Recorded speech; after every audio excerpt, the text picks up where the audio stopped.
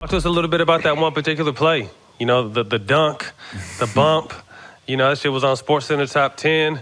What happened? Like, you know, talk to how that dunk, you know, was talked about and kind of changed things.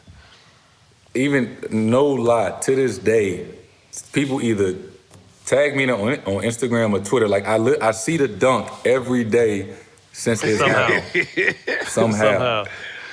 Yeah. How many people face LeBron like that though? Straight up. Yeah. Nah, it's I got a poster of it upstairs in my hallway. Like my mom got a poster of it. My pops got one in his house. It was crazy because, you know, I remember like it was yesterday. It was in the fourth quarter. It was a low-scoring game too, so like both teams was kind of struggling a little bit. And Brad called a timeout, and he like, we settling too much for jumpers. You know, let's try to get one. Let's try to get to the foul line, attack the rim.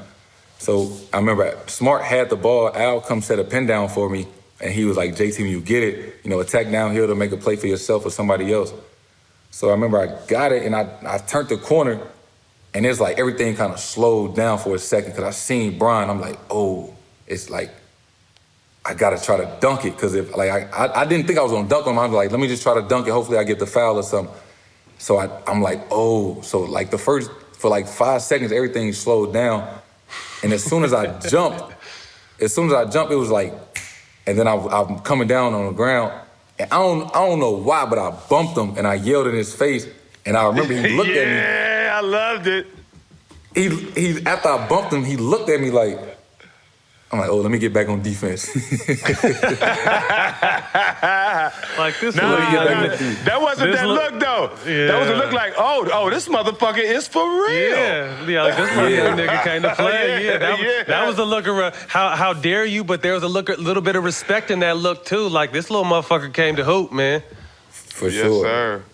And then, you know, after that season, he gave you one of the, you know, the best compliments you can get is, you know, you're built for stardom. He saw the star in you, obviously throughout the season, but especially in that playoff series. And what did that mean to you to kind of be stamped by arguably one of the greatest players of all time?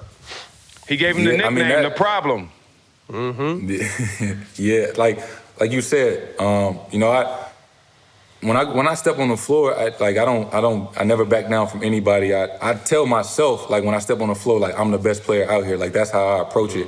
But I understand like LeBron is what he means to basketball and what he means to players like myself and, you know, just basketball in general, like what he's done so much for the game. So to get that, you know, that nod from him, it's a big deal.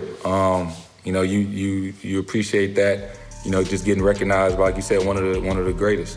Say, bro, you ever had one of those moments where you just want to elevate the night? Maybe it's dinner with friends or a celebration that calls for something a little extra? Hell yeah, that's where Grand Marnier comes in.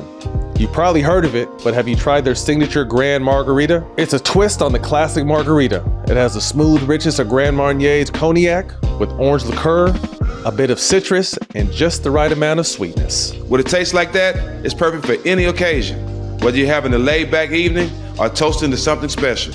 A Grand Marg remixes a regular cocktail into something extraordinary. That's right. Don't just settle for a good cocktail when you can have something grand. It's about making your next drink one to remember. So when you make your next margarita, remix it and make it grand with Grand Marnier.